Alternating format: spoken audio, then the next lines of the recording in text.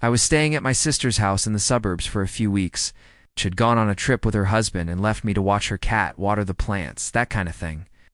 The neighborhood was quiet, the kind of place where every lawn is trimmed, and the mailboxes all match. You don't expect anything weird to happen there. It was my 4th night there.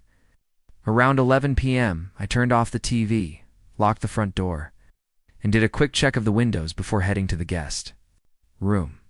I had this feeling, just a little itch in my brain, like someone was watching me. It was probably just being in an unfamiliar house, I told myself. I double-checked the curtains were closed tight. I was just starting to drift off when I heard the sound. It was subtle at first. A soft tap. Then again, tap. Tap like fingernails on glass. I froze. I wasn't sure if it had come from my dream or real life. I held my breath and waited.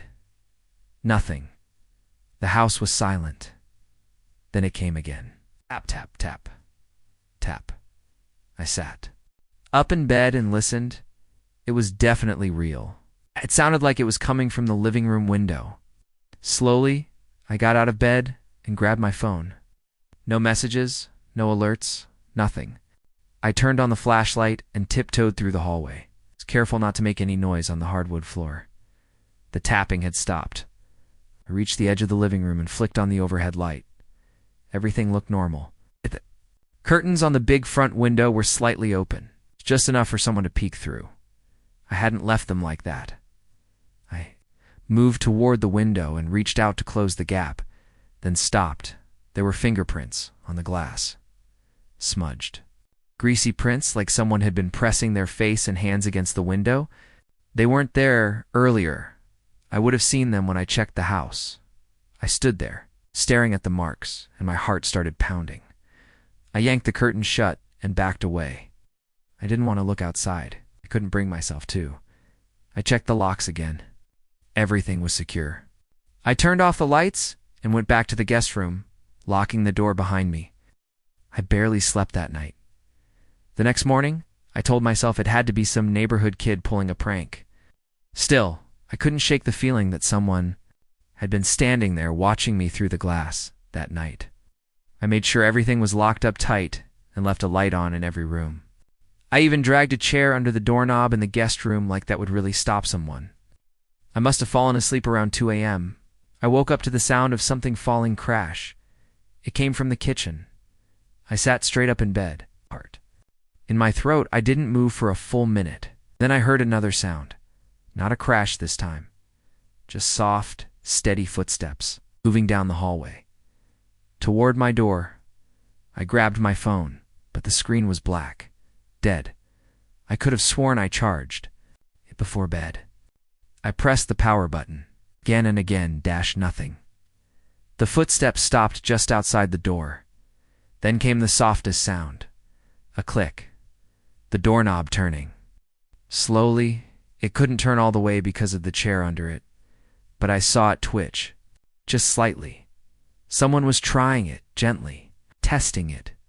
I didn't make a sound. I just sat there, frozen, staring at the knob. Eventually, whoever it was must have realized it was blocked. The knob stopped moving. I didn't hear footsteps walking away. It's just silence. I stayed there until dawn, when I finally got the courage. To open the door, the hallway was empty. The kitchen light was on.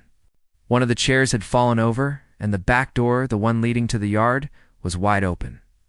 I called the police. They checked everything. No signs of forced entry, no footprints, no fingerprints, nothing stolen. They said it was probably a raccoon or some other animal. They didn't even write up a full report. But I know what I heard. I left that day. I packed up, locked up the house, and drove straight back to my apartment in the city. My sister still doesn't know. I didn't want to scare her. But every now and then, I get a text from her saying she heard something outside, or that her cat keeps staring at the living room window, hissing at nothing. I never told her about the smudges on the glass. When I moved to the city for my new job, I didn't have much time or money, so I jumped on a Craigslist ad for a room in a 2-bedroom apartment. The guy, James, was in his late 20s, seemed normal, and the place wasn't terrible. Little old, sure, but clean enough. He said he worked nights, so I'd probably have the place to myself most evenings. Perfect. I thought we agreed I'd move in the following week. When I arrived with my boxers, James greeted me at the door and handed me a key. Then he said something weird. "One rule," he said. "I work nights, like I told you. I sleep during the day. My door stays closed. Please don't go into my room, ever." I laughed it off and said, "Of course, man, no problem." Looking back, I should have taken it more seriously. The first few days were fine. We didn't see each other much. I'd get home around 6, and he'd already be gone. Sometimes I'd hear him come back in the early morning quiet footsteps, the creak of his door.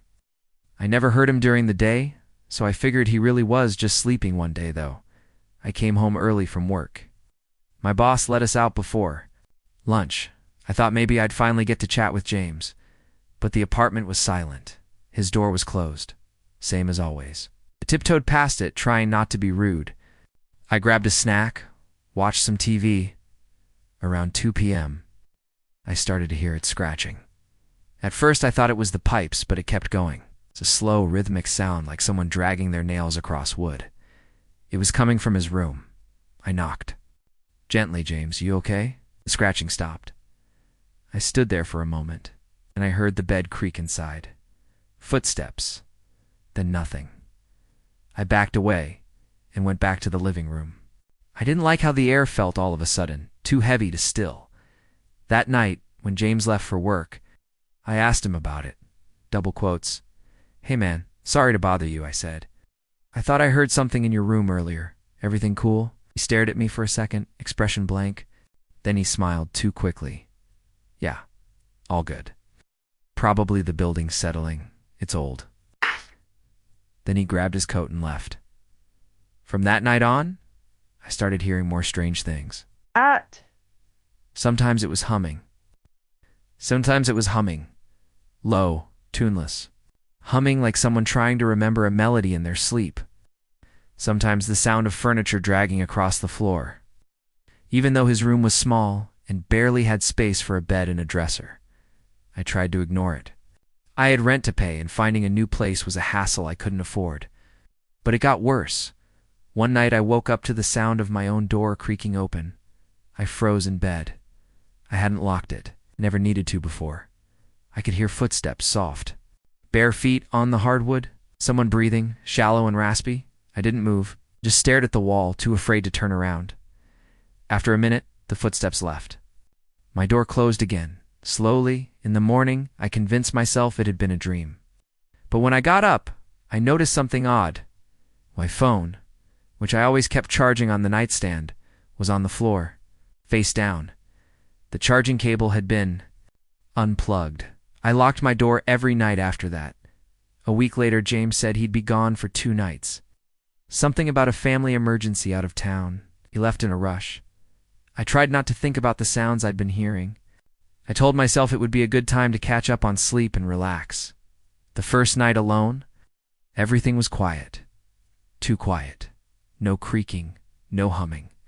Not even the sound of the fridge clicking on around midnight. I heard something fall in his room, a loud thud, like a body hitting the floor. I waited. Nothing else. Then something even worse. A faint whisper. Coming from under his door, I pressed my ear to the wall beside his room. "Let me out." "Light!" Childlike. I staggered back and ran to my room, heart pounding. I barely slept. By morning, I was convinced I needed to look. Just once. Just to be sure, I waited until late afternoon, when the light was brightest. I stood outside his door for a long time, debating. Then I tried the knob. It was locked, but James had left in a hurry. Maybe he forgot something. I went to the kitchen, grabbed a fork, and jimmied the lock. It popped open. The smell hit me first. Damp, metallic, and sour. Inside. The room was wrong. The walls were covered in drawings, charcoal sketches, hundreds of them, of the same thing. A face, pale, expressionless, with black holes for eyes. In the corner, his bed was stripped too. The springs. Chains bolted into the floor, and on the floor in the middle of the room deep. Fresh scratch marks in the wood, like someone had been trying to claw their way out. That's when I realized something. James didn't work nights. James wasn't sleeping. During the day, James had been locking something or someone in that room. I left immediately, packed a bag and got a hotel. Never went back. He texted me 3 days later. You opened it, didn't you? I blocked the number, but sometimes, when I try to sleep, I hear it again. That low, tuneless humming right outside my door. I lived in a high-rise apartment building in Chicago, nothing fancy but safe enough. I was on the 15th floor. The elevator worked most of the time, the heating rattled but held up in the winter, and the neighbors mostly kept to themselves. Been there 3 years without any problems.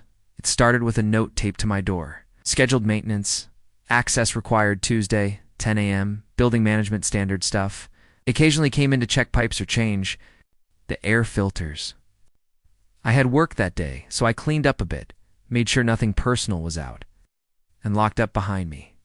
When I got home around 6 p.m., everything looked normal at first, but something felt off. It was small things at first.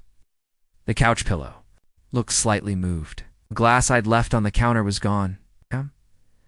My bedroom door was half open, though I always shut it before leaving. I figured the maintenance guys must have come in, done their work, and moved stuff around without thinking. Then I found my laptop open on the bed. That stopped me cold. I never leave it there. It stays on my desk. Closed. Password protected. Now it was on. The screen lit up, and sitting right where I sleep, my stomach dropped. I checked it, no signs of tampering, no weird emails sent. But still, something was wrong. I called the building office, but they were closed for the night. I left a message asking who had entered my unit. I didn't sleep well. The next morning, I talked to the office manager. She checked the records. We didn't send anyone to your unit, she said. I stared at her. There was a note on my door. She frowned. We haven't done maintenance on your floor in 2 weeks, I asked. If they could check security footage, she said she'd look into it. That night I put a small piece of Scotch tape at the bottom corner of my door. Barely noticeable, but if anyone opened it, the tape would peel. I also leaned a broomstick just behind the door. If someone entered, it would fall. I locked up, triple-checked, and went to bed. Around 2 a.m. I woke up. No sound. No lights. Just a feeling. Like I wasn't alone in the room. I didn't move. I just listened. Then I heard it. The softest creak. Floorboards inside the apartment. I kept still. The bedroom door was closed, but not locked. Stared at the shadow. Under the door, a shape passed by. I grabbed my phone from the nightstand and turned on the flashlight. No footsteps, no sound. Just silence. I waited until morning.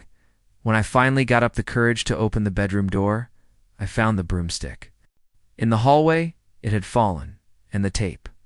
Gone! I called the police! They came, checked the place, and found nothing. No signs of forced entry. No fingerprints other than mine. They said it was probably a prank. Maybe a neighbor messing around.